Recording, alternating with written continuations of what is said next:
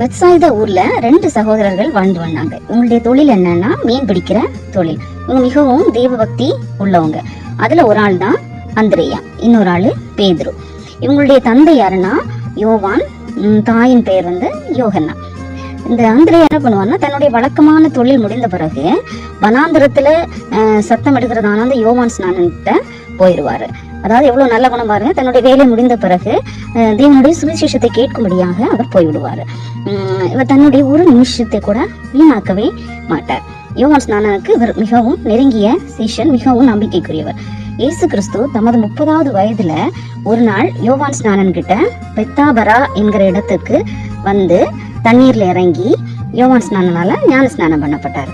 அப்போ இந்த யோவான் வந்து இயேசுவை குறித்து சாட்சி கொடுத்ததை எல்லாம் இந்த அந்திரேயா கவனமாக கேட்டுக்கொண்டிருந்தாரு. இதுவரையிலும் இல்லாத மகிழ்ச்சி இந்த அந்திரேயாவை அசைச்சது. மறுநாள்ல இந்த அந்திரேயா நின்று கொண்டிருக்கும் போதுதான் இயேசு என்ன செய்தாரு, அப்படி நடந்து போனார். அப்பொழுது இதோ தேவ ஆட்டுக்குட்டி அப்படின்னு சொல்லி யோவான் கூறினதை கேட்டதும் அந்திரேயாவும் வேறொரு சீஷனுமாக இப்ப யாருக்கு பின் சென்றாங்க, இயேசுவுக்கு பின் சென்றார்கள். அவரோடு அவர்களும் என்ன செய்தாங்க, தங்கினார்கள். இவர் தான் இயேசுவின் முதல் சீஷன் யாரு, அந்திரேயா. அந்திரேயாவுக்கு ஏற்பட்ட மாற்றத்தால் தன் சகோதரன் சீமோன் பேதுருவிடம் என்ன போய் சொன்னாரு, மேசியாவை கண்டேன்னு சொல்லி அவரை இயேசுவிடம் அழைத்து கொண்டு வந்தார். அது மட்டும் இல்ல, இயேசுவை யாருக்கும் கூட அறிமுகப்படுத்தி வைத்தாரு, பிலிப்போருக்கும் அறிமுகப்படுத்தி வைத்தார். மொத்தம் ஆதாயம் செய்கிறதான ஒரு சீஷன். ஆனாலும் ஒருவரும் இவருக்கு பயிற்சி கொடுக்கவில்லை, அவரே தான் செய்தார். அவ்வளவு ஒரு ஆத்ம பாரமுடையவராக இருந்தார். அந்திரேயா ஒரு சிறு பையனை வந்து இயேசுவிடம் அழைத்து வந்தார். அந்த பையன்கிட்ட என்ன இருந்தது, 5 அப்பங்களும் 2 மீன்களும் இருந்தது. இது வந்து இயேசு வந்து வனாந்திரத்தில் இருக்கும்போது நடந்தது. இயேசு அவைகளை கொண்டு என்ன செய்தாரு, 5000 புருஷர்களுக்கும் மற்ற ஸ்திரீகளுக்கும் குழந்தைகளுக்கும் இதன் மூலம் உணவளித்தாரு.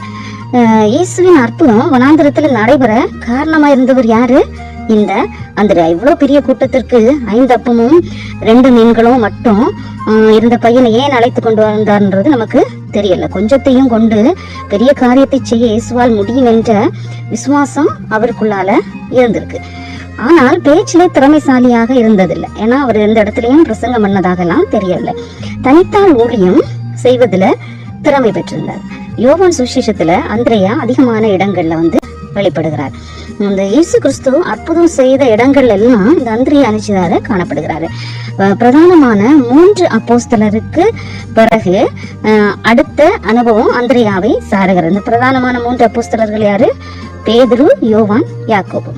கடைசி நாட்கள்ல நடக்கும் சம்பவங்களை குறித்து இயேசு தெளிவாக கூறும்போது அவரிடத்துல இருந்த 4 சீஷர்களில் இவர் ஒருவர். இயேசுவை பார்க்க வேண்டும் என்று விரும்பின கிரேக்கரை இவர் என்ன செய்தாரு, உடனடியாக இயேசுவிடம் அழைத்து வராமல் இயேசுவிட்ட உத்தரவு கேட்டுட்டு அதுக்கு பிறகுதான் இவர் அழைச்சிட்டு வராரு. ஆலோசனைகளுக்கு முதலிடம் கொடுக்கிறவர். இயேசு கிறிஸ்து உயிர்த்தெழுந்த போது அந்திரேயாவும் காத்திருந்தார். பெரிய அப்போஸ்தலர்கள் கூட இயேசுவின் மரணத்துக்கு பின்பு கடலில் தொழில் செய்ய முயன்றார்கள். அந்த கூட்டத்துல அந்திரேயா இருந்ததா தெரியல நமக்கு. அந்திரேயா எல்லாவற்றையும் நிதானித்து செய்கிறவர், அதாவது முன்ன பின்ன யோசிச்சு செய்கிறவர். ஆனால் அவருடைய சகோதரன் பேதுருவின் தன்மைகளுக்கு இவர் வித்தியாசப்பட்டவர். இயேசு பரலோகத்துக்கு எடுத்துக் கொள்ளப்பட்ட பிறகு பரிசுத்த ஆவியினால் அபிஷேகம் பண்ணப்பட்டார். இவர் அதற்கு பின் சில இடங்கள்ல ஊழியம் செய்தார். இப்போ இரத்த சாட்சியாக மரித்த அந்திரேயாவை குறித்து நம்ம வந்து படிக்க போறோம். கடைசியாக இந்த அந்திரேயா காக்கசிய மலையடிவாரத்தில், அதாவது காக்கசஸ் மவுண்டன், இந்த இடத்துல வந்து ஊழியம் செய்து வந்தார். அங்குள்ள மக்களுக்கு கிறிஸ்துவை பற்றி இவர் பிரசங்கித்தார். இவர் பல பகுதிகளில் சபைகளை எல்லாம் நிறுவினார். இவர் பல முறை என்ன செய்கிறார், சிறையில வந்து அடைக்கப்பட்டிருக்கிறார். நிறைய தடவை கல்லால வந்து எரிந்து வரட்டப்பட்டிருக்கிறார். இறுதியாக இவர் எந்த பட்டணத்துக்கு வந்தார்னா பட்ரோஸ் அப்படிங்கிற பட்டணத்துக்கு வந்தார். அங்கு அதிபராக இருந்த ஏஜேடிஸ் என்பவரின் மனைவி மேக்சிமில்லா இந்த அந்திரேயாவின் பேச்சை கேட்டு என்ன செய்தாங்க, மனம் திரும்பினாங்க, அதாவது இயேசுவை ஏற்றுக்கொண்டாங்க. இதை கண்ட அதிபர் ஆத்திரமடைந்தார். அந்திரேயாவும் தனது ஊழியத்தை வந்து கைவிடாவிட்டால் அவரை சித்திரவதை செய்ய போவதாக இந்த அதிபர் வந்து மிரட்டினார். ஆனால் அந்திரேயாவோ அவரையும் மனம் திரும்ப வேண்டும் என்று விரும்பினார். கடும் கோபம் கொண்ட இந்த ஏஜேடிஸ் என்ன பண்ணாரு, அந்திரேயாவை சிலுவையில் அறைந்து கொள்ளும்படி கட்டளையிட்டார். அந்திரேயாவை பெருக்கல் வடிவ சிலுவையில் அறைந்தனர். 2 நாட்கள் சிலுவையில் தொங்கி வேதனையை அனுபவித்துக் கொண்டு அங்கிருந்து வந்தவர்களிடம் கூட கிறிஸ்துவை பற்றி சாட்சி பகர்ந்தார். எப்போ தான் சிலுவையில தொங்கிக் கொண்டிருக்கும் போது கூட அந்த வேதனையின் மத்தியிலையும் கிறிஸ்துவை அறிவிக்கிறவராக இருந்தார்.